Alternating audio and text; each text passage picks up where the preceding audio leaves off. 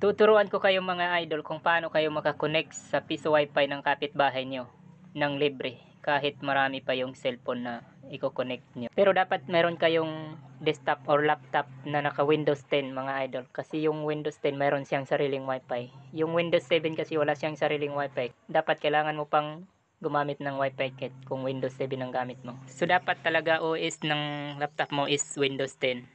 So ang gagawin natin mga idol, kung nakikita niyo yung sign ng wifi sa baba, click natin yan ding mobile hotspot.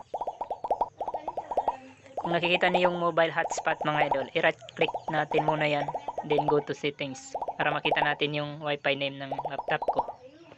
So ito yung kanyang wifi name mga idol, at yan din yung kanyang password 129.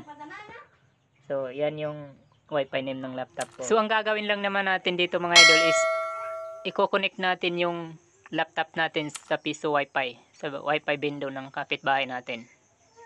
So i-connect ko itong sa akin sa may piso wifi na nandyan lang sa kabila ng pwesto namin, malapit lang. Itong piso wifi window 2G, ito yung wifi dito sa kabila ng pwesto namin. So huhulugan ko ito siya ng piso mga idol para makakonect tayo sa internet. Ayan.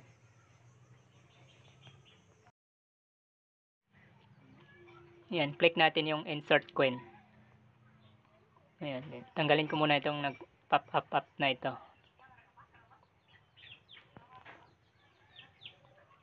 Ayan, then takbo muna ako doon sa kabila mga idol.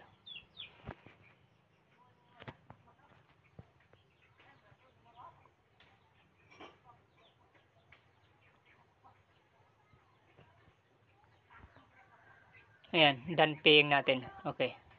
So, mayroon na tayong internet ngayon sa ating laptop mga idol.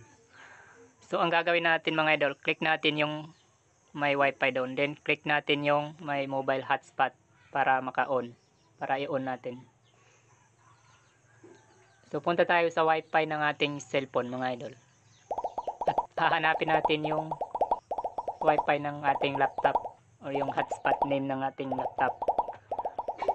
Then, i-connect natin yung ating cellphone doon sa ating laptop.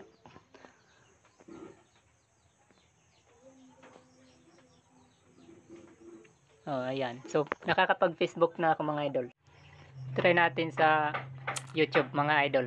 Kung mag-loading ba siya sa YouTube. Mag-play tayo ng video sa YouTube.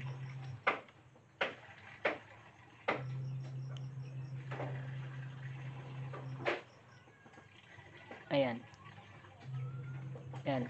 So, legit talaga siya mga idol kasi nag-play na yung YouTube video.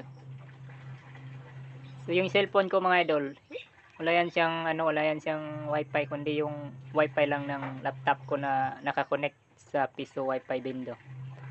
So, legit talaga ito mga idol kahit subukan nyo pa. Ang nangyayari kasi dito mga idol is yung laptop mo yung nagiging server. Kaya kahit iilan pa kayong mag-connect sa laptop mo is pwede kayong makakonect ng internet doon sa laptop mo.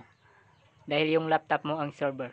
At yung laptop mo naman ang nakakonect doon sa piso wifi. At hanggang dito na lamang mga idol. Maraming salamat sa panonood at sana'y nagustuhan mo po ang video na ito. At kung hindi ka pa po nakapag-subscribe sa channel na ito, sana'y huwag kalimutang mag-subscribe para lagi kang updated sa mga bagong video na i-upload ko. Maraming salamat again.